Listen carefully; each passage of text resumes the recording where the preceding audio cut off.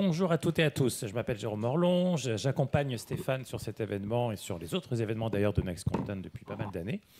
Je dirige une société Hyperiago qui accompagne des clients dans leurs projets numériques. Alors évidemment, je m'intéresse beaucoup à l'IA. Comme ça a été dit ce matin déjà à plusieurs reprises, l'IA comme un moyen et pas comme une fin. Toujours partir évidemment du besoin. Les intervenants de la table précédente l'ont beaucoup rappelé. Et c'est ce qu'on va essayer de faire dans l'heure et demie qui va suivre. D'abord avec une table ronde, ensuite avec une interview croisée. C'est partir du retour d'expérience. Aujourd'hui, l'IA commence à être connue. Souvent, elle est utilisée ou expérimentée avec plus ou moins de bonheur, mais souvent quand même avec une certaine réussite. La grande question aujourd'hui, c'est comment on va un peu plus loin. On parle d'accélération. Dans le titre de ce débat, c'est vraiment ça l'idée. Comment on accélère, comment on s'organise au mieux pour faire bien. Quelle gouvernance, quel processus, quel accompagnement, quelle métrique aussi d'évaluation du succès, quel choix aussi en matière de technologie, évidemment. Bref, tout un tas de questions très opérationnelles se posent. Et l'idée, c'est donc d'être le plus concret possible, finalement, sur ces différents aspects. Alors, pour en débattre autour de moi, donc, plusieurs assureurs, en particulier Florence Tager. Vous êtes directrice stratégie digitale et data chez CNP Assurance Protection Sociale. Alors, vous aurez l'occasion, dans votre prise de parole, de nous dire un peu plus, évidemment, sur votre métier en particulier, et notamment, bien sûr, sur les cas d'usage de l'IA. À vos côtés, Sia Maroussi, vous êtes directrice innovation à la Massif. Karim Zemouli, vous êtes directeur expérience et excellence client chez BPCE Assurance. Et pour compléter ce trio d'assureurs, Julien Miro, vous êtes executive chief product and technology officer chez Lumines. Lumines est un de nos partenaires sur cet événement. Et vous allez bien sûr rappeler qui vous êtes, mais vous connaissez certainement Lumines, spécialiste de l'extraction des processus et de la gestion documentaire en particulier. Mais je vous laisserai reformuler évidemment tout ça, Julien. Alors voilà, l'idée, vous l'avez compris, de cette table ronde, c'est vraiment de creuser dans le détail l'organisation et les priorités finalement qui sont aujourd'hui en début 2025, celles des assureurs en matière d'IA. C'est donc de recenser aussi un petit peu les cas d'usage qui font le plus de sens aujourd'hui. Alors c'est un peu ma première question, je vais commencer par vous Florence, mais ce sera finalement une question que je poserai à tout le monde. Qu'est-ce qui ressort aujourd'hui, après des mois ou des années peut-être d'expérimentation, en termes de cas d'usage de l'IA dans vos métiers? Bonjour à tous. Merci Jérôme, merci Nelly pour l'accueil. Peut-être juste repréciser ce qu'est CNP Assurance Protection Sociale, puisqu'on est tout jeune de quelques jours, qu'on est la réunion des expertises, d'une partie d'expertise de la Mutuelle Générale et de CNP Assurance. Donc c'est 1200 collaborateurs et 1,4 million de personnes assurées sur la santé et la prévoyance.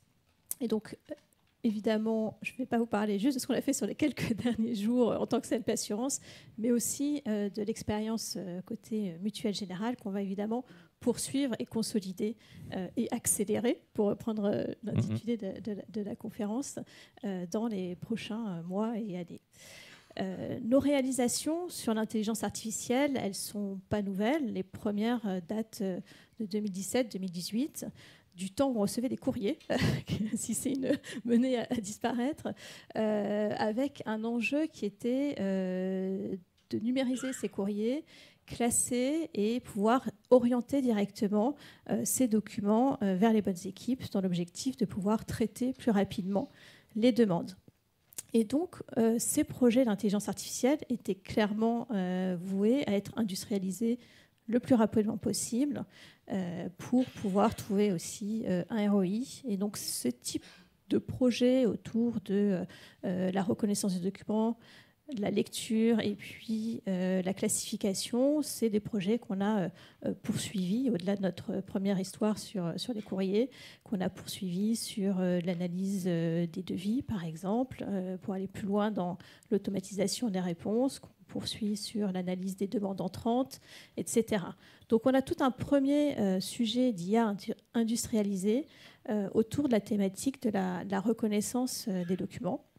Ensuite, c'est de l'IA plutôt prédictive, c'est ça, ou classique, on va dire, on peut l'appeler classique déjà. Ouais. Et après, on a un lot aussi d'IA industrialisé autour de la thématique de la fraude. Et je pense qu'on sera plusieurs à en parler. Et je crois qu'il y a même une conférence là-dessus par la suite. Mais c'est des projets, en effet, d'IA prédictive classique qu'on aborde différemment avec nos projets d'IA générative, là qui sont plus récents, qui évoluent très très vite, et tant mieux parce que c'est hyper stimulant de voir les actualités qui tombent tous les jours et qui nous challenge sur ce que pourrait être l'avenir. Mais on le voit, c'est des technologies qui ne sont pas encore complètement finalisées. Je pense qu'on n'est qu'au tout début de l'histoire. Et donc notre approche sur les sujets d'IA générative, c'est pas d'attendre que les technologies soient mûres, c'est bien de commencer à se pencher sur le sujet et à regarder comment ces IA génératives vont impacter nos métiers et vraiment aller dans une démarche d'observation des usages. Donc là-dessus, on a commencé à travailler avec les équipes sur le terrain, à les sensibiliser, à réfléchir aux différents cas d'usage. Et puis, très rapidement, on est parti avec des centaines de cas d'usage. Donc, on a essayé de faire atterrir le sujet pour commencer à rentrer dans du concret. Et on a classé sur plusieurs typologies de projets les enjeux d'IA générative, des projets autour de l'interrogation de nos bases documentaires, qui est peut-être pas très vendeur tel quel, mais grosso modo, en traduction, c'est comment est-ce qu'on fait l'équivalent de ChatGPT pour nos différents métiers. Donc ChatGPT pour les RH, parce qu'ils ont sans cesse des questions récurrentes sur combien il me reste de jours dans ma convention, avec le contenu de ma convention ou de mes droits. Combien un ChatGPT ou l'équivalent pour les commerciaux, pour les aider à aller chercher dans l'ensemble de nos produits toutes les informations plus spécifiques ou à jour, et ainsi de suite sur chacun des métiers. Donc ça, c'est une première typologie de projet autour de l'IA générative. Un deuxième exemple, c'est tout ce qui va aider le téléconseiller de demain. Donc, c'est écouter les appels téléphoniques et puis générer automatiquement un compte-rendu d'appel, générer un premier mail de réponse pour aider le conseiller, écouter en live, en direct, la conversation pour pouvoir vérifier que les pièces justificatives ont bien été demandées, et ainsi de suite. Et donc, on a un certain nombre de thématiques comme ça qu'on a pu lancer.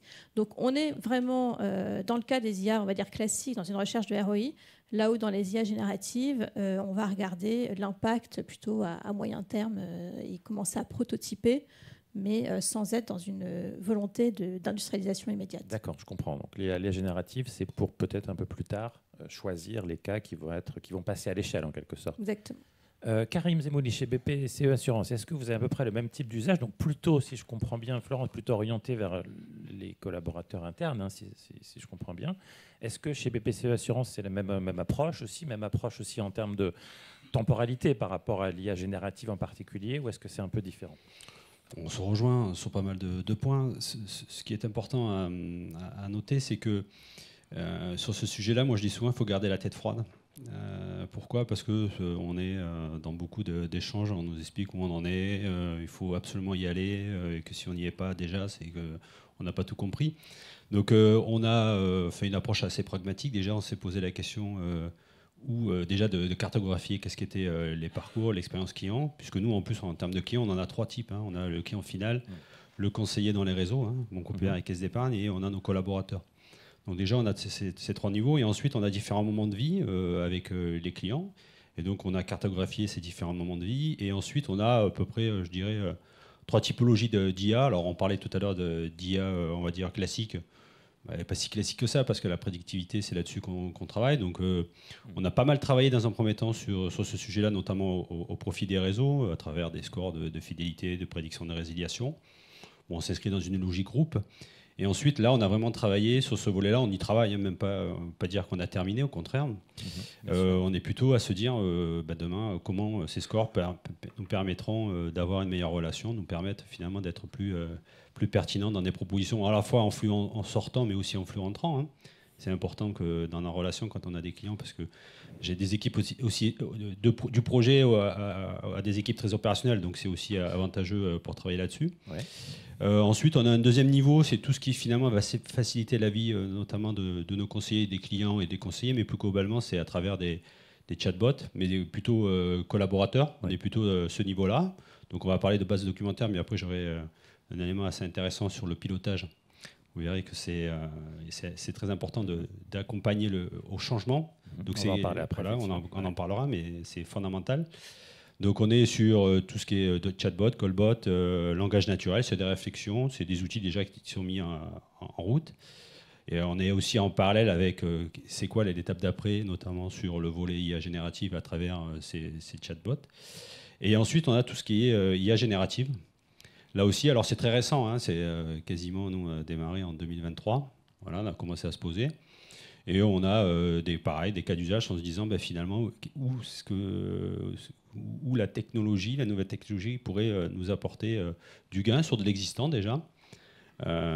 Puisqu'on a un sujet d'efficacité opérationnelle, on se dit finalement cette technologie elle va nous apporter quoi dans l'existant, qu'est-ce qu'on pourrait faire de mieux ou finalement qu'est-ce qu'on pourrait faire de plus au regard de cette technologie. Donc on a par exemple, j'en ai parlé lors de notre dernier échange, c'est sur la partie réclamation, l'aide à la réponse, hein, c'est important.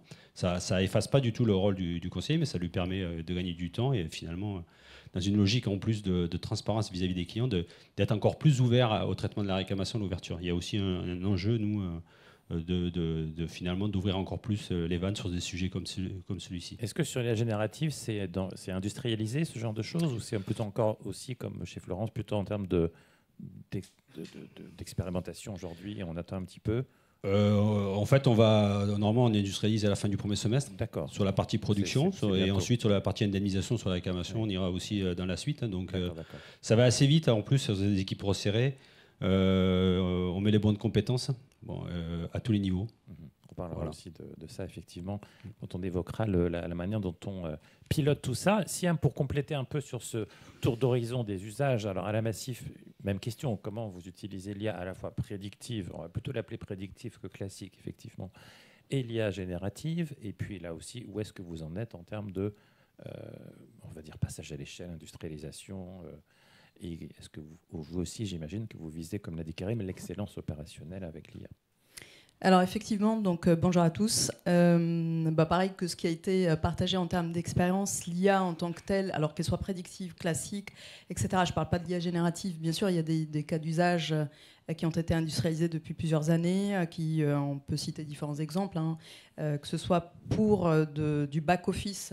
On a parlé de lutte contre la fraude, identification même de fraude et lutte contre la fraude, traitement des données, traitement des documents, reconnaissance de texte, etc. Donc ça, ça devient classique, même s'il y a une dizaine d'années dans notre secteur, c'était quelque chose d'innovant. Aujourd'hui, ça devient vraiment, c'est rentré dans les process. On a eu des cas aussi d'usage qui sont plus en front cette fois-ci.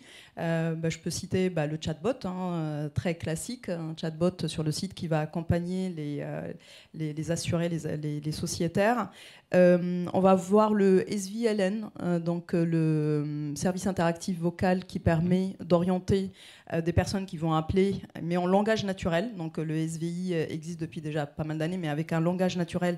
Et donc la personne et qui utilise de l'IA qui permet vraiment d'orienter. Donc ça, c'est quelque chose, c'est un dispositif. Le langage naturel, c'est depuis combien de temps que ça a été branché sur alors depuis 2 ans, et c'est quelque chose qui est très innovant. Donc maintenant avec l'IA générative, c'est vrai que ça paraît un peu derrière nous, mais ça ne date que de 2 ans et c'est quelque chose de déjà qui apporte en tout cas en termes d'efficacité, en termes de satisfaction client, où le client a quelqu'un, il peut interagir avec un serveur vocal et il peut être orienté de manière très pertinente vers les bons interlocuteurs pour l'assister, pour lui apporter une réponse, etc. Et ça, on est en train d'envisager justement avec de l'IA générative dans des systèmes comme ça, que ce soit le chatbot ou le SVLN, de dire ok, donc là on a déjà de l'IA prédictive, etc., qu'est-ce que ça peut donner en termes d'IA générative. Donc ça fait partie des cas d'usage dans les intentions qu'on a, qui sont en cours. Je peux citer aussi un autre exemple qui est aussi en front et qui est original, pour lequel on a été pas mal primé en termes d'innovation. C'est Paloma, qui est un avatar, au fait, pareil, qui est doté de l'IA. Et cette fois-ci, c'est plus pour les sourds et sur de l'accompagnement, donc avec un langage de signes. Donc là aussi, c'est de l'IA. C'est très innovant. C'est pas de l'IA générative, c'est de l'IA classique, mais qui permet d'accompagner étape par étape sur du constat à l'amiable pour des personnes qui sont sourdes. Donc ça, c'est des cas d'usage qui sont déjà industrialisés, qui sont suivis, etc. Sur la partie IA générative, nous, on expérimente depuis maintenant plus d'1 an. On a différents cas d'usage qui remontent. Alors, on n'est pas du tout dans l'industrialisation, clairement. C'est pas, je ne peux pas parler aujourd'hui de cas où on peut dire qu'aujourd'hui, ça y est, c'est industrialisé et ça rentre un peu dans les process classiques, entre guillemets. On est beaucoup sur de l'expérimentation. Il y a différents cas d'usage. Alors, beaucoup quand même plus en interne qu'en front. Et ça, quand on a regardé, on a fait une analyse un peu 360 sur notre secteur, de voir comment on se positionnait. C'est le cas de quasiment beaucoup, enfin quasi tous les assureurs aujourd'hui. C'est vrai qu'on teste déjà au service du collaborateur et voir ce que ça donne, pour après voir effectivement ce que ça peut donner en front. Ce qu'il faut aussi garder en tête, c'est pas tant les expérimentations, on en a fait plein. On peut expérimenter, on voit et on estime l'apport de valeur. Après, il faut garder en tête, c'est une technologie qui évolue énormément. Et on l'a vu encore la semaine dernière avec DeepSeek, etc. Donc, ça évolue énormément. Donc, l'industrialisation, à mon sens, elle est très difficile aujourd'hui d'annoncer, ou en tout cas de se projeter sur une industrialisation directe ou un déploiement à l'échelle, en tout cas directe, pour une question technologique qui évolue, pour une question de business model, parce qu'on a encore beaucoup de collaborateurs ou de collègues qui pensent que l'IA, elle est gratuite, mais ça, c'est l'effet ChatGPT. On a l'impression que, voilà, il suffit de plugger de l'IA et ça va changer ma vie en tant que collaborateur, etc. C'est pas du tout le cas. Donc, il y a des modèles économiques quand on monte à l'échelle et quand on est... Je parle pas des cas d'usage, je fais un résumé, je crée du contenu, ça m'aide à améliorer ma rédaction, etc. Je parle pas du tout de ces cas d'usage-là, effectivement, qui peuvent être un peu du plug and play. Là, on parle vraiment de cas d'usage qui rentrent dans la chaîne de valeur et qui viennent vraiment re-questionner même notre façon de faire, nos process. Et ça, pour le faire, c'est pas du jour au lendemain. C'est beaucoup de change, c'est beaucoup d'accompagnement et c'est beaucoup d'anticipation, d'évolution en fait de l'introduction de cette technologie, au-delà de cet apport pendant l'expérimentation. Mais si je veux vraiment l'intégrer dans tout un process, déjà, elle va interagir avec d'autres technologies. C'est jamais que de l'IA générative. Ça va interagir avec d'autres briques et d'autres technologies. Donc voilà, aujourd'hui, on n'en est pas à l'industrialisation. On a beaucoup expérimenté. Il y a pas mal de choses. Il y a des choses qui sont... Si, je peux citer peut-être un exemple, parce que vous insistiez sur le côté concret. Ouais. Un exemple d'une expérimentation qu'on a menée l'année dernière, depuis au moins 6 mois, sur un assistant développeur. Donc là, on a une population qui ont de l'appétence en plus pour le sujet. C'était à leur demande. Ils ont souhaité tester l'IA générative pour voir comment ça peut les aider au fait à accélérer. Et c'était très très intéressant parce que alors, la productivité et l'estimation d'impact, ils l'ont fait eux-mêmes, c'est leur métier, et ça, on tient à ce que ce soit le collaborateur qui porte ce jugement de qu'est-ce que ça peut lui apporter ou qu'est-ce que ça peut lui enlever, parce que c'est pas l'IA générative, c'est pas que du plus, quelquefois ça peut être aussi du moins au cas par cas, et ce cas-là, c'était très intéressant parce que c'était même quelque part une forme d'attractivité aussi à des collaborateurs, à des talents qui... du fait qu'on ait introduit justement de l'IA générative comme possibilité de test et d'utilisation. En termes de productivité, on était à près de 20% de gain de temps, donc ce qui n'est pas négligeable. Et puis c'était aussi très intéressant parce on pensait que c'était quelque chose qui pouvait aider des profils plutôt juniors. Et au fait, c'est l'expérimentation qui nous a démontré que c'était plus des seniors qui étaient qui en ressortaient plus de valeur ajoutée. C'est normal parce qu'ils ont de l'expertise. Déjà, ils peuvent toper tout de suite là où ça va pas, re-questionner, etc. Finalement, un constat relativement similaire, quand même, une approche en tout cas relativement similaire. Julien, pour compléter, réagir un peu là-dessus. Alors déjà, j'ai noté que plusieurs des assureurs ont des projets sur les bases documentaires, ça va vous intéresser, j'imagine. Et puis, sinon, d'autre part, quand on a préparé un peu ce débat, vous disiez, bon, il faut un peu sortir quand même de l'expérimentation. Qu'est-ce que vous avez envie de dire à ce sujet? Just do it ou c'est plus compliqué que ça, quoi? Ouais. Peut-être en préambule, rappeler que Luminès offre des solutions d'accélération, d'optimisation et de sécurisation des processus, notamment par le traitement documentaire. Et ce traitement documentaire, on l'accélère par la technologie. Quand on parle d'IA générative, c'est certes la génération en fait, d'un contenu qui est proposé, mais ça draine aussi des évolutions technologiques dans l'analyse, dans la capture d'informations, en fait, qui ne sont pas forcément utilisées dans une interaction. Je veux dire par là qu'on n'est pas obligé de générer en fait, une réponse à destination d'un extérieur.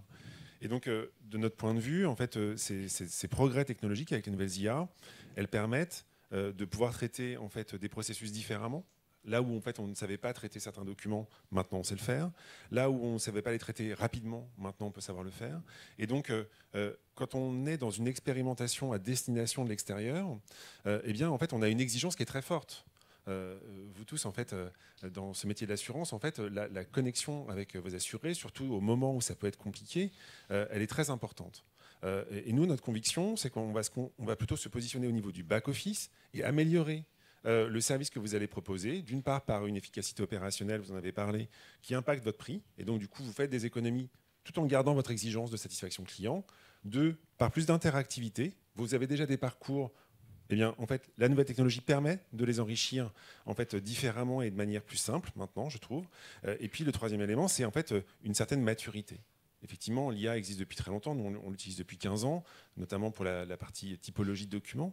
Eh bien, aujourd'hui, en fait, la convergence des différentes IA, notamment sur les modèles de langage, sur l'interprétation d'images, en fait, qui tendent à se rejoindre, nous permettent de proposer à nos clients finalement des processus qui vont devenir plus souples, plus interactifs et qui apportent aussi une meilleure connexion en fait, avec les assurés de nos clients. Donc, je pense que sur ces bases-là, eh bien, en fait, on peut passer à l'échelle, on peut sortir du POC. Quand on est en fait, effectivement à destination de l'usager final, il faut faire attention. Quand on est en back-office... Tout ce qui est usage finalement pour les collaborateurs en interne, vous dites, bon, il n'y a pas de raison majeure, en tout cas, de ne pas passer à l'échelle. Voilà. Non, parce qu'en fait, on vient compléter. En fait, notre exigence, elle est sur le processus global, elle n'est pas sur une performance intrinsèque d'une seule IA. Ouais. Si vous êtes là-dessus, vous êtes toujours à 60, 80%, et ça dépend du risque que vous voulez prendre. Quand vous commencez à le combiner avec des IA, vous dites plus de classiques, mais effectivement de machine learning classique et même de l'algorithmie traditionnelle, eh bien en fait on arrive quand même à avoir des processus qui sont optimisés, qui peuvent tenir un gain de performance avec assurance. On va revenir tout à l'heure bien sûr sur les métriques que vous avez mises en place les uns et les autres pour mesurer l'efficacité ou pas de vos expérimentations ou de vos mises en production. Mais je voudrais qu'on aborde déjà la question toute bête de comment vous vous êtes organisé finalement, notamment depuis l'arrivée de l'IA générative. Peut-être Siam, je reviens vers vous là-dessus, sur la manière dont c'est piloté finalement à la Massif. Vous disiez finalement, vous évoquiez certains projets, vous disiez finalement ça vient des métiers parfois, mais est-ce que c'est toujours le cas? Qui finalement est moteur sur le sujet et quelle est la structure, l'instance de gouvernance qui a été mise en place chez vous? Alors, sur la partie gouvernance, nous, on a une gouvernance qui a été posée exactement en juin 2023. Donc, autant dire que ça a été adressé très, très rapidement. C'est un des leviers qu'on utilise aujourd'hui dans notre démarche. Au fait, c'est qu'on a été rapide. Parce que, pour rappel, début 2023, on a commencé dans notre secteur un peu à s'intéresser au sujet. En juin 2023, donc, au sein de la Massif, il y a eu cette gouvernance qui a été posée donc, avec un groupe de travail, un GTIA, un groupe de travail dédié à l'IA, avec des experts de l'IA. Et l'objectif, c'est une gouvernance qu'on a revue au bout de 6 mois. Depuis janvier 2024, on a revu cette gouvernance pour l'optimiser. La première gouvernance, c'était de savoir, voilà, il y a cette technologie qui arrive, qui vient un petit peu chambouler quand même les façons de faire. On détecte très rapidement le potentiel qu'elle pouvait offrir pour notre secteur. On voit vraiment, c'est pas une tendance, encore une fois, comme le métaverse ou d'autres technologies qui sont là je dirais, un peu de passages quand même, ou qui peuvent paraître un peu cosmétiques. Là, on sentait que vraiment ça rentrait dans une continuité d'évolution de l'IA. Encore une fois, ce n'est pas une nouvelle technologie qui vient comme ça quand même dans une continuité.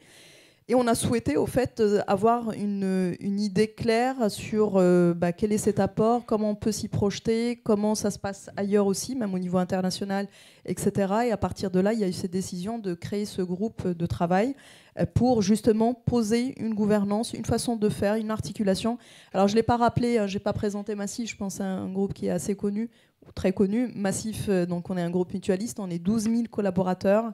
On est présent sur les différentes activités assurantielles, que ce soit l'IARD, la santé, la prévoyance, l'épargne, la finance. On a près de 6 millions de sociétaires. Donc, pour un groupe de cette taille, il était nécessaire de se dire comment on va s'organiser. Parce que c'est une technologie qui impacte toutes les activités, toute la chaîne de valeur. Et on est 12 000 collaborateurs, donc il fallait s'organiser. Donc ce GTIA, on l'a revu avec une équipe plus resserrée, vraiment que expert intelligence artificielle, qui a pour objectif d'apporter au fait cette expertise, d'accompagner. Alors il est composé de direction innovation, direction data et direction des DSI avec les architectures IT. Donc c'est vraiment les 3 métiers cœurs qui sont exactement et qui sont mobilisés et qui sont des briques indispensables. Les 3 sont indispensables. C'est pas qu'un sujet innovation, c'est pas qu'un sujet data, c'est pas qu'un sujet IT. Donc on s'est vraiment constitué autour de ce noyau. L'objectif, c'est vraiment accompagner, c'est identifier, c'est acculturer aussi. On fait beaucoup d'acculturation auprès des collaborateurs, etc.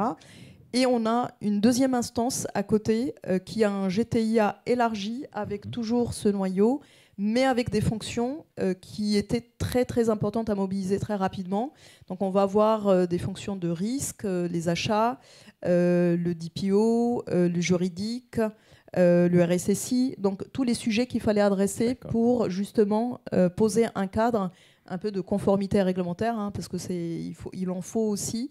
Et l'objectif, c'est d'anticiper à la fois les évolutions réglementaires, conformité, l'IA Act. Et ça nous sert énormément aujourd'hui, parce que dans les expérimentations, on a déjà un niveau de maturité au fait qui est prêt à l'IA Act, ce qui n'est pas négligeable, ce qui aide aussi au passage à l'échelle. Il n'est pas complètement... Alors, c'est pas complètement... on va dire. Il y a des contours encore, mais quand même, la base, elle est déjà quand même bien posée. Depuis juillet 2024, on a quand même les grands contours qui sont bien posés, même s'il reste effectivement quelques questions, quelques périmètres de ce qu'on met dans l'IA, parce que ça peut aller plus loin. Là, aujourd'hui, on parle même de calculs statistiques qui pourraient en faire partie, auquel cas, ça impacterait beaucoup plus grandement la chaîne de valeur assurantielle que ce qu'on a pu identifier au préalable. Mais quand même, le principal contour est quand même posé. On a aussi une troisième instance dans cette gouvernance, c'est un GTIA métier cette fois-ci. Ouais. Et l'objectif, c'est quoi? C'est d'avoir des représentants de l'ensemble des métiers, des directions du groupe, pour travailler avec eux sur les potentiels et les champs des possibles en termes de cas d'usage. Parce qu'aujourd'hui, ce que je disais, toutes les expérimentations qu'on a pu mener depuis plus d'1 an, c'est des souhaits de direction d'utiliser de l'IA, donc ils viennent nous solliciter au niveau de l'innovation, c'est une innovation technologique, de dire est-ce que l'IA peut répondre à mon besoin? Ou quelquefois, ça c'est au mieux, ou quelquefois je veux utiliser de l'IA. Donc nous, on est très très prudents là-dessus. On n'a pas non plus envie de déployer de l'IA pour déployer de l'IA, et pas parce que c'est la nouvelle technologie et que tout le monde en parle, etc. Donc on va beaucoup questionner c'est quoi le besoin avant d'aller répondre effectivement avec de l'IA. Il y a à la fois beaucoup de garde-fous, effectivement, mais de la co-construction aussi avec les métiers et complètement. les besoins. Ouais, complètement. Karim, est-ce que c'est à peu près la même petite approche chez BPCE Assurance, ou est-ce qu'il y a des différences en termes donc, de gouvernance, de pilotage, de co-construction éventuellement? C'est différent. C'est différent, pourquoi? Parce qu'on est parti du postulat que les sujets IA, c'est des projets. Donc on ne part pas du sujet expérimentation. Nous, je veux dire, c'est plutôt, on essaie de responsabiliser les métiers, en tout cas de nous responsabiliser, c'est-à-dire quand on y va, on s'engage et on y va pour déployer. Ça veut dire quoi? Ça veut dire que déjà, il y a, dans les lignes budgétaires, il y a un budget dédié, il y a un budget data IA, c'est important à le positionner. Et puis globalement, l'idée, c'est qu'en plus, au niveau de la BCE, maintenant, on est suivi sur les investissements portés sur le digital, sur la data IA. c'est aussi s'assurer que les entreprises se transforment. Donc, ça nous oblige à faire quoi? Ça nous oblige à avoir une vision, à avoir une feuille de route, à vraiment s'impliquer sur le sujet en disant qu'est-ce que je veux faire? Alors, comme tout sujet, on voudrait tout faire tout de suite, mais c'est compliqué. Donc, on s'inscrit plutôt dans la durée. On a des plans stratégiques à 2026-2030. Donc, on construit une vision à ce niveau-là. Ça veut dire quoi? Ça veut dire que ces sujets-là, on les porte auprès de... Alors, on a des instances projets globales, de manière globale. C'est-à-dire qu'on a des phases on va pitcher pour dire, voilà, quand on pitch, ça veut dire qu'on veut un gros cadrage, c'est-à-dire qu'on veut du budget pour cadrer. Ça veut dire qu'il faut amener des éléments de ROI, des KPI, il faut être sérieux dans le sujet. C'est pour ça que je considère que cette approche-là, ça nous responsabilise et on fait des choix en fonction de ces éléments-là. Ensuite, une fois qu'on a fait ce go cadrage, on revient, on explique ce que ça va coûter, ce que ça apporte comme valeur. Et ensuite, on a un go ou un no-go pour fabrication, par exemple. On s'inscrit vraiment, c'est en plus une logique qui s'inscrit au niveau de la compagnie, mais qui s'inscrit, on homogénise ça avec ce qui s'inscrit au sein du groupe. C'est important. Ça nous permet de manière industrielle d'avoir... on n'a pas le souhait d'inscrire ces sujets à part, avec des instances à part. On a les compétences qui sont là. On a des équipes data innovation qui sont là pour nous orienter sur les technos. On a les équipes informatiques pour faire les développements. On a les équipes métiers. Moi, je suis un demandeur. C'est-à-dire que quand je veux faire un projet, il faut expliquer qu'est-ce que ça va apporter pour le client, pour le conseil, le collaborateur. Donc ça, c'est important aussi. Et ensuite, une fois qu'on a fait ces éléments, on part en développement. On a des cadres de recettes. Et ensuite, on fait un go, no go. Donc ce que vous dites, c'est qu'il n'y a pas finalement de gouvernance à part. Non. C'est un sujet parmi d'autres sujets d'expérience et d'excellence client. Tout à fait. Et ça s'inscrit aussi avec des équipes qui vont faire le change. Donc c'est toujours les mêmes en plus qui vont faire le change sur les différents sujets. Donc ça permet aussi d'impliquer tout le monde sur ces sujets-là, de sensibiliser et vraiment d'impliquer tout le monde. Voilà. Et quand on partage avec, quand on est dans des instances où on se voit toutes les 6 semaines, ce sujet data, on les partage de façon commune. Et donc, ça peut donner aussi des idées à d'autres directions métiers. Notamment, on parlait tout à l'heure de la gestion de sinistres. Ça peut les inciter à. Par exemple, sur la fraude, on parlait tout à l'heure de la fraude à la déclaration, mais on a aussi à la fraude à la souscription. Donc, c'est aussi ça, se dire, ce sujet-là, on ne l'a pas évoqué, donc on peut aussi le lancer. Donc, voilà. Donc, on a vraiment envie de partager et de s'inscrire dans ce qu'on fait, parce qu'il y a aussi un sujet de temps, de capacité à pouvoir gérer les différentes instances. En tout cas, nous, c'est le parti qu'on a pris. Florence, pour compléter sur ce sujet de la gouvernance, pareil, comment vous êtes organisé chez CNP Assurance Protection Sociale? Est-ce que il y a des éléments de similarité ou est-ce qu'il y a des différences? Un peu les deux. Ouais. Ce serait trop simple sinon. Non, sur nos projets data IA, on est en effet sur les cycles classiques, parce que ce que disait Karim, où on s'inscrit dans une communauté-logie, une gouvernance déjà existante. Sur les sujets d'IA générative, on l'a pris un peu autrement, justement pour pouvoir avancer vite, en créant d'une part une équipe resserrée d'experts avec la direction stratégie digitale et data, mais aussi un représentant du juridique, de la sécurité, des PO et de l'IT évidemment, pour pouvoir résoudre toutes les petites questions qui commençaient à émerger avant de se lancer dans un grand programme d'intelligence artificielle. Et à côté de ça, on a mis en place un sponsoring COMEX avec un représentant, notamment la DRH, parce que ce qu'on pense aujourd'hui, c'est que c'est pas tellement un sujet technologique, on trouvera les solutions, mais qu'on a un vrai sujet de conduite du changement, de transformation à déployer. Et donc finalement, plutôt que de mettre en place une gouvernance, une communauté un peu trop figée, on s'est donné comme priorité 2 actions. La première, c'était de sécuriser le terrain de jeu. Et la deuxième, c'était vraiment se préparer. Donc sécuriser, ça avait été de mettre en place une nouvelle charte informatique, mettre en place des sessions de sensibilisation pour les équipes, créer des environnements protégés, sécurisés pour que les collaborateurs puissent expérimenter et puis se préparer et préparer l'entreprise à l'arrivée des IA génératives, puisqu'on sait, bonne partie des collaborateurs utilisaient déjà ChatGPT et autres à titre personnel. Donc l'idée, c'était de leur donner les bons moyens pour bien l'utiliser aussi dans le cadre professionnel. Et donc là-dessus, on a notamment lancé des formations de prompting. Et donc vraiment, l'idée, c'est de se préparer, peut-être pas pour être les premiers sur l'intelligence artificielle générative, mais en tout cas, pouvoir être prêt à accélérer au plus vite pour rejoindre les premiers et être les meilleurs suiveurs. Je vois, oui. Alors, on parle beaucoup d'accompagnement, de formation. Julien, je vais vous poser une question là-dessus. Tout à l'heure, alors l'IA en particulier la générative est devenue un peu plus accessible, on va dire. Il y a beaucoup d'usages qui est fait par les individus de l'IA générative. En même temps, il y a aussi parfois des idées reçues sur le sujet. Siam évoquait tout à l'heure le fait que parfois on pense que c'est gratuit alors que ça ne l'est pas.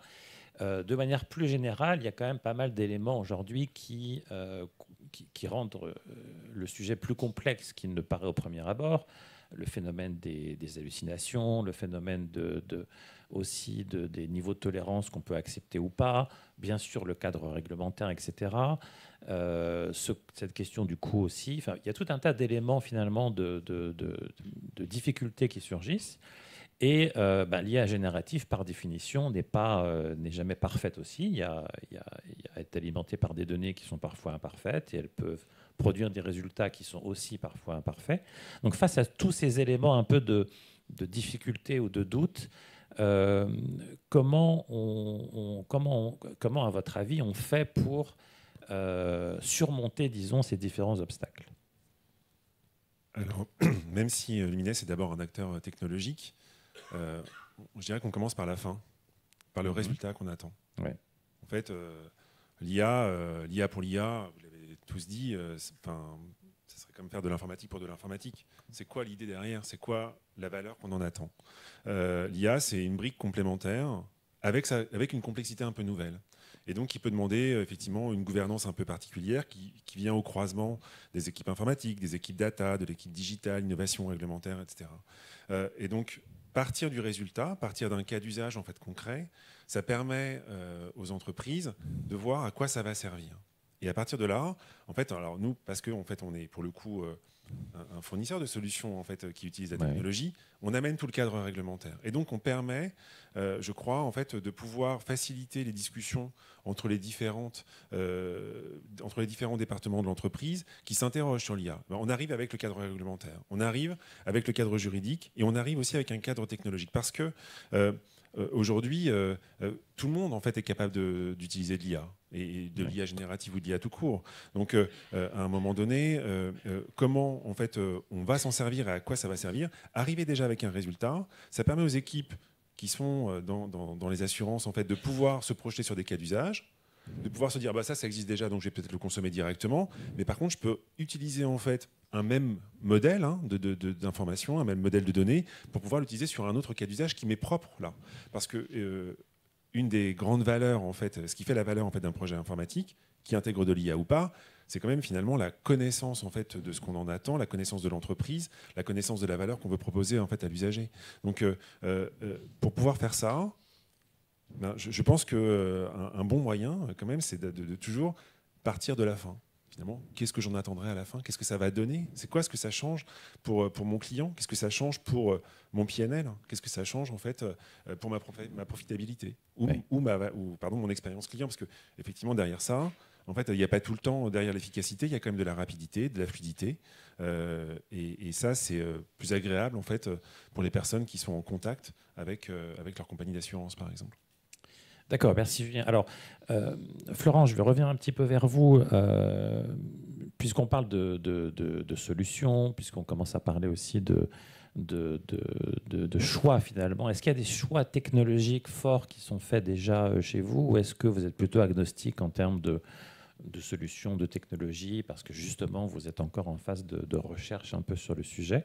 Ça, c'est le premier aspect. Et le deuxième aspect, peut-être pour introduire quand même la suite des choses, c'est, Julien dit, il faut partir du résultat, et ce résultat, donc, on doit le mesurer. Alors, soit ça peut être, soit on mesure effectivement des gains de productivité, soit on mesure des gains en matière opérationnelle, là aussi, comment vous faites? Donc, deux parties dans cette question. D'abord, sur les choix un peu technologiques, s'il y en a qui sont forts, et d'autre part, comment vous travaillez des métriques d'évaluation des KPI? à ce stade, sur les choix technologiques, on est agnostique. Par contre, on teste, on regarde, on essaie de se faire des convictions sur ce qui marche à un moment donné sans aller trop loin parce qu'on sait que ça évolue très très vite. Mais l'idée, c'est aussi de vérifier l'écart entre la promesse et la réalité. Ouais. Je citais tout à l'heure les exemples sur les équivalents de ChatGPT qu'on met pour les métiers. On commençant à tester, on s'est rendu compte qu'en fait, il y avait des limitations aussi sur certaines solutions qu'on testait. Par exemple, l'analyse au-delà de 30 pages d'un PDF qui donnait des résultats complètement côté à côté. Donc, on parlait tout à l'heure d'hallucination.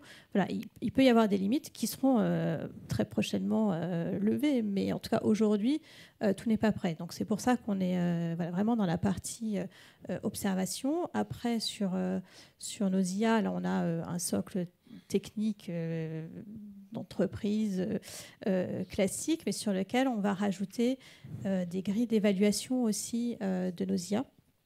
Donc, alors on a commencé un peu avant que l'ACT n'arrive. On avait travaillé notamment avec le LNE, le Laboratoire national de métrologie et d'essai, qui a défini un barème en 100 points pour évaluer les intelligences artificielles, alors qui repose sur différents critères comme le respect évidemment de la protection des données personnelles, l'explicabilité des modèles, la capacité à analyser les biais, le facteur humain de contrôle, la transparence.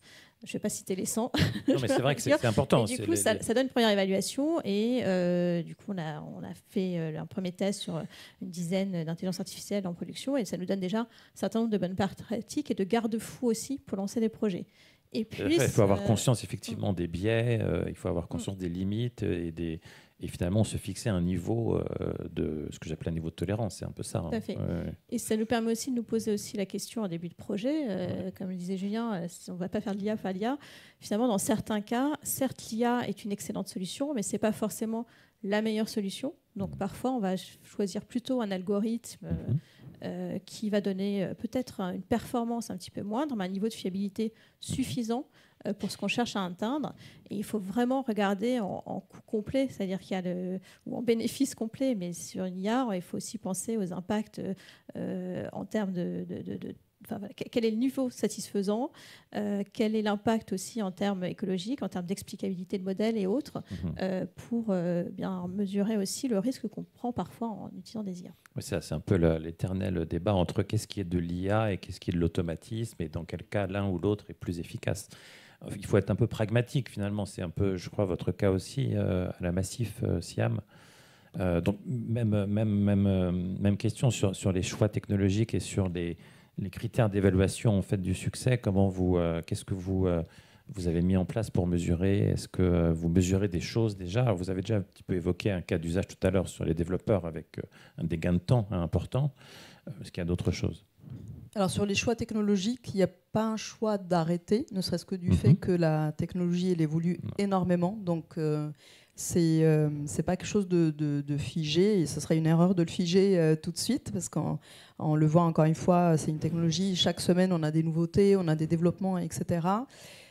Sur la partie, je reviens quand même sur la partie hallucination, les biais, etc., qui est un aspect très très important. Nous, on a, dans le cadre justement de cette gouvernance qu'on a posée et qui a aussi pour finalité, c'est pas bien sûr, c'est expérimenter pour aussi déployer et passer à l'échelle, mais d'abord expérimenter et découvrir.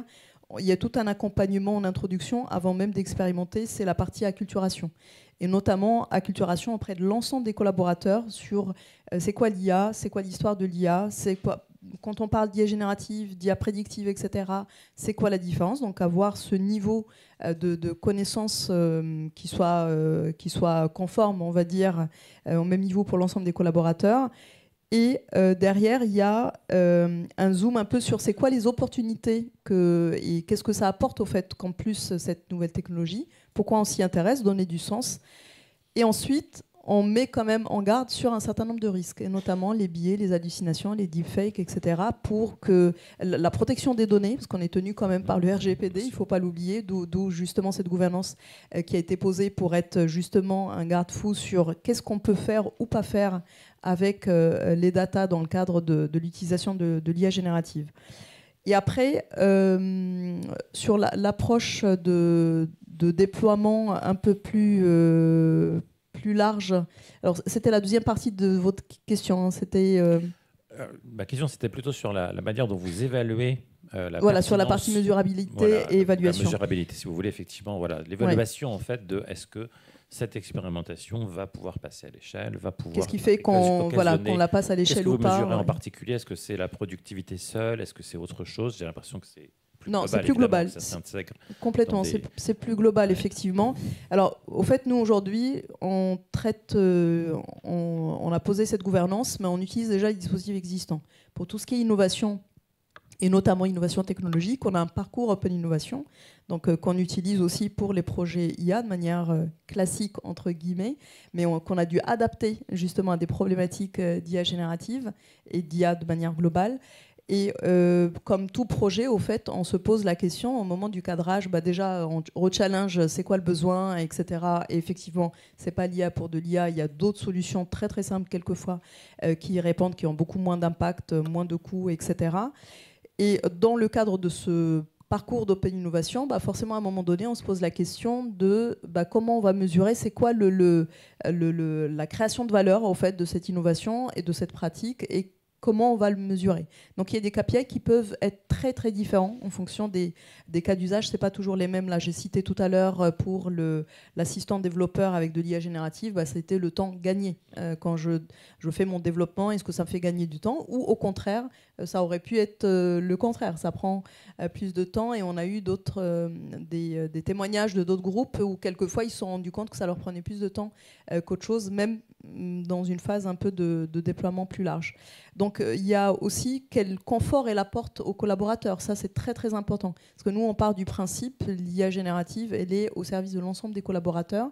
Potentiellement n'importe quel collaborateur, mais de manière volontariste, peut dire, moi, j'ai identifié dans mes tâches, dans mes missions, etc., que l'IA pourrait m'aider. Qu'est-ce qu'elle lui apporte comme confort? Ça aussi, il faut l'évaluer. Donc c'est du quali. On ne peut pas le quantifier, mais c'est à lui justement de l'évaluer. Est-ce que vraiment ça lui apporte du confort ou pas? On peut avoir aussi des indicateurs qui sont très très importants, par exemple d'un point de vue au-delà du coût, bien sûr, qui est aussi un indicateur, mais en termes d'impact environnemental. Oui. Si je choisis de l'IA générative et en fonction du LLM que je vais choisir, quel est son impact versus une IA classique ou un algorithme tout simplement qui permet d'automatiser une tâche ou de faciliter, etc., et d'intégrer dans le process. Et ça, on est très très regardant sur le fait que la création de valeur soit à minima égale, voire supérieure de préférence à entre guillemets, ce que ça va représenter pas destruction de valeur, mais ce que ça va représenter en termes de ressources, de coûts, qui soient coûts budgétaires, mais aussi coûts environnementaux qu'il faut aussi garder en tête. Karim, sur ce sujet, alors quand on préparait le débat, vous disiez justement il faut beaucoup d'analyse, il faut beaucoup de pilotage sur tout ça. Donc j'imagine que vous êtes très attentif là-dessus. Vous parliez de responsabilisation aussi tout à l'heure. Donc pareil sur les métriques, est-ce que c'est une combinaison de différentes métriques comme l'évoquait Siam à l'instant? Est-ce que vous avez des métriques qui sont plus importantes que d'autres pour justement justifier cette responsabilité? Oui, alors avant de répondre à cette question, je vais me permettre sur le choix tech. Bien sûr, j'oubliais. Juste parce qu'en ce moment, on travaille sur le volet des comptes rendus d'entretien, vous savez, entre le client et les conseillers qui sont au téléphone. Et il y a des choix tech, mais je vais dire que moi, là-dessus, je me positionne plutôt en métier. C'est quoi mes attentes en termes de métier? Et c'est en fonction de ça que les équipes IT, les équipes data innovation vont pouvoir répondre. C'est-à-dire, grosso modo, est-ce que moi, je veux un compte-rendu d'entretien qui se fasse en live, ou est-ce que je veux un compte-rendu d'entretien qui se fasse à la fin, c'est-à-dire genre dictaphone? Est-ce que je veux conserver les données pour pouvoir après les exploiter? C'est-à-dire que j'ai une vision de bout en bout. Donc ça oblige, et ça c'est très bien, ça oblige le métier, encore une fois, à être très exigeant dans sa réflexion et dans son besoin. Ce qui permet après ce qui va aider les équipes informatiques à orienter les solutions qui peuvent être mises à disposition. Je prends cet exemple-là parce qu'aujourd'hui, moi, on me demande une vision, on ne me demande pas nécessairement le choix de quelle solution technologique, et encore heureux parce que je ne suis pas certain d'être le plus apte à y répondre, mais vraiment c'est important de faire cet exercice et de pousser la réflexion de manière très, très forte sur les cas d'usage, ou grosso modo sur l'intérêt à la fois, on va dire, immédiat. Compte rendu immédiat, ça va faire gagner 2 minutes, c'est bien. mais ça va nous permettre aussi probablement d'avoir plus de données pour pouvoir, tout à l'heure on parlait de personnalisation, d'être plus fin, de savoir vraiment ce que disent nos clients quand ils nous appellent ou quand ils nous écrivent, donc c'est très très très important. Ensuite, sur le volet, tout à l'heure on parlait du déploiement, encore une fois on raisonne le projet de la même manière, c'est-à-dire que nous, quand on parlait de l'hallucination, en fait tous nos projets, on a par exemple des équipes lab. Quand je parle lab, je vais parler des équipes opérationnelles. On a 2 équipes, puisqu'on en a une à Bordeaux et à Dijon, qui sont en mode pilote, hein, qui vont tester qui vont utiliser finalement ce qu'on déploie et ils vont pendant quelques semaines ou jusqu'à 3 mois pour se dire ok c'est bon ou c'est pas bon. Ce qui permet aussi d'affiner l'accompagnement, ça permet d'affiner les solutions. Donc ça c'est une méthode finalement qu'on utilise, comme je le disais tout à l'heure, sur tous les projets. Enfin, sur la partie pilotage, je dirais qu'on a 3 temps. Nous, c'est avant. À la fois, quand on va défendre un dossier, on s'engage en tout cas. Alors, on s'engage. Par exemple, sur des scores, on se dit, nous, à minima, ça doit faire mieux que ce qu'on faisait jusqu'à présent. On annonce qu'on va suivre aussi, ce qui nous permet de bien poser les choses pour le déploiement. Ensuite, on fait le déploiement, donc on a une valeur à chaud.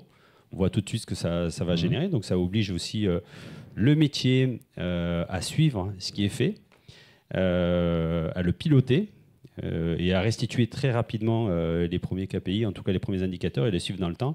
Et ensuite, on a un exercice là qu'on a lancé sur le dernier trimestre de l'année dernière, c'est la valeur à froid. C'est-à-dire que là, on va auprès du comité de direction, on va expliquer exactement ce que ça a coûté, ce que ça a rapporté au bout de 6 mois. Parce qu'en tout cas, quand je dis ça rapporter, c'est quoi les indicateurs finalement de ce qu'on a déployé? Est-ce que c'est positif, pas positif? Notre ROI, le point mort? Et c'est vraiment un exercice alors très valorisant pour les collaborateurs qui sont à la tête de ces projets-là, hein, globalement, parce que ça permet de défendre, de montrer. Alors pour le moment, c'est pour ça que c'est important de pas lancer plein de projets sur le sujet. Il faut vraiment. Enfin moi, je veux prendre un petit peu de temps et être rationnel dans ce qu'on fait, parce qu'à un moment donné, les équipes, elles sont pas à capacité illimitée.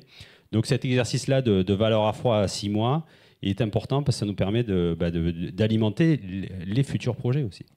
C'est important. Tout à fait, ouais.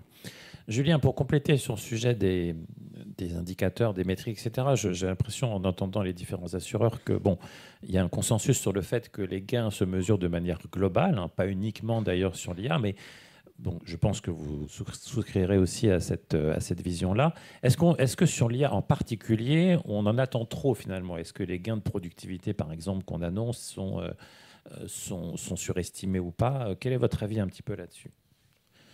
Déjà, rappeler que l'IA, c'est quand même un mot valise. On vrai. parle de l'IA, mais il y a aujourd'hui beaucoup d'IA.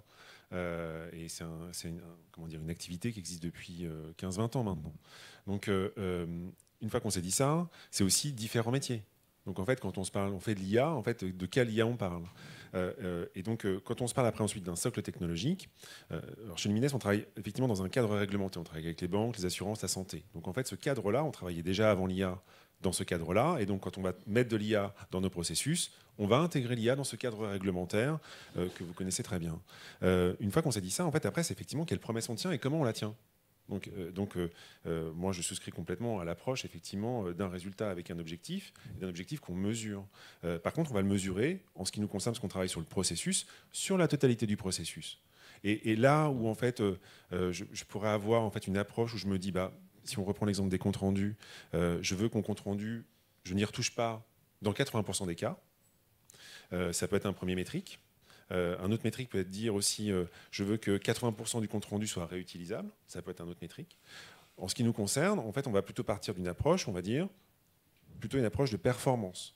Donc, en fait, je veux que sur cette tâche de compte rendu qui va me coûter en fait à l'échelle, je ne sais pas, 400 000 euros par mois, par exemple, pour une entreprise, eh ben, on va prendre un objectif taux de 15% d'économie en fait, sur le temps passé. Et en fait, en faisant ça, eh bien, je vais pointer l'élément en fait, sur lequel je prends le plus de temps. Et en fonction, j'adapte la technologie. On parle souvent, vous avez évoqué les fameux LLM, les Large Language Models, mais Big is pas toujours le beautiful en fait. Utiliser un LLM en fait, qui doit à la fois répondre à l'aide aux devoirs de ma fille et puis en même temps en fait, nous aider au quotidien en fait, pour avoir des réponses quelles qu'elles soient, ça nécessite en fait, un Large Language Model. Pour autant, quand on est dans du B2B et qu'on a un besoin précis, entraîner un petit modèle est souvent plus efficace parce qu'on a moins d'hallucinations, parce qu'on n'adresse pas la terre entière, parce qu'on n'adresse pas toutes les langues. Et donc, du coup, on est en mesure de pouvoir avoir une promesse qui est plus facile à tenir et d'expliquer comment on va la tenir. Pas besoin d'être toujours dans la big data quelque part. Exactement. En fait, on peut faire des modèles plus écologiques. propres et tout à fait plus écologiques, plus faciles aussi à redresser en fait que des très grands modèles qui sont faciles à implémenter. C'est vrai, dans notre quotidien tous, en fait, on l'utilise.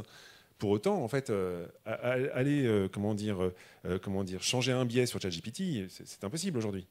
En fait, nous, en fait, avec une problématique en fait qui est quand même assez ciblée d'un point de vue métier, parce que c'est quand même ça à la fin. Qu'est-ce que ça apporte au métier, aux clients ? Eh bien, on a une capacité justement de réglage qui est beaucoup plus importante parce qu'un modèle est plus petit. Donc, quelque part, ça a parfois un sens de cloisonner les données plutôt que de les fusionner quelque part dans des grands modèles. Disons que c'est plus facile de ranger une petite chambre qu'une grande chambre désordonnée, quoi. Alors, il y a un dernier aspect sur lequel je veux avoir votre avis les uns et les autres, puisque finalement, beaucoup de vos projets sont tournés vers le collaborateur. Mais quid finalement de l'IA, en particulier l'IA générative, orientée en frontal client ? Je pose la question parce que dans l'étude qui a été présentée ce matin, on évoquait le fait que un quart de la population a déjà interagi avec un chatbot, 60% des jeunes, et que surtout, une grande majorité d'entre eux trouvent que c'est une bonne solution, trouvent un intérêt aussi, estiment que ça peut avoir un intérêt pour être plus autonome. Alors, du coup, quels sont les projets qui vous paraissent viables à l'avenir ? Alors, il y a des chatbots, bien sûr, mais il y a aussi un autre aspect dont on a un peu parlé, c'est la capacité à rechercher l'information aussi plus rapidement.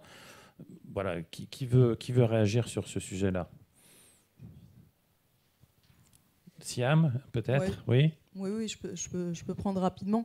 Au fait, je dirais, là, il y a aussi une symétrie d'attention, mais dans l'autre sens, c'est-à-dire au même titre que le collaborateur qui l'a utilisé à titre perso et qui a un peu suscité aussi de l'intérêt de dire, même à titre professionnel, j'ai envie d'utiliser de l'IA, et de l'IA générative notamment. Donc ça a été aussi un accélérateur de se dire comment on adopte aussi ce type de technologie dans la chaîne de valeur assurantielle. Au même titre, l'assuré, le sociétaire qui aussi a utilisé de l'IA générative, qui voit le potentiel que ça offre, va à un moment donné questionner aussi son assureur notamment, de dire comment vous utilisez cette IA générative, qu'est-ce que ça peut m'apporter à moi en termes de satisfaction client. On a parlé du chatbot. Chatbot, c'est un très très bon exemple parce qu'aujourd'hui, le chatbot avec de l'IA générative, qu'est-ce que ça peut apporter encore plus de possibilités pour un assuré qui a envie d'être en autonomie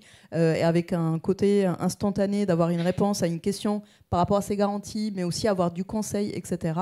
Donc, tout ceci sous réserve, bien sûr, que l'information qui est apportée soit pertinente, soit fiable et tout ça. Donc, ça rejoint tout ce qu'on a dit, les biais et les hallucinations. Donc, on est loin d'avoir un modèle d'IA générative complètement parfait. Mais pour autant, on peut quand même apporter quelque chose, une valeur, une création de valeur encore plus pour les assurés. Et après, il y a un sujet de désirabilité aussi.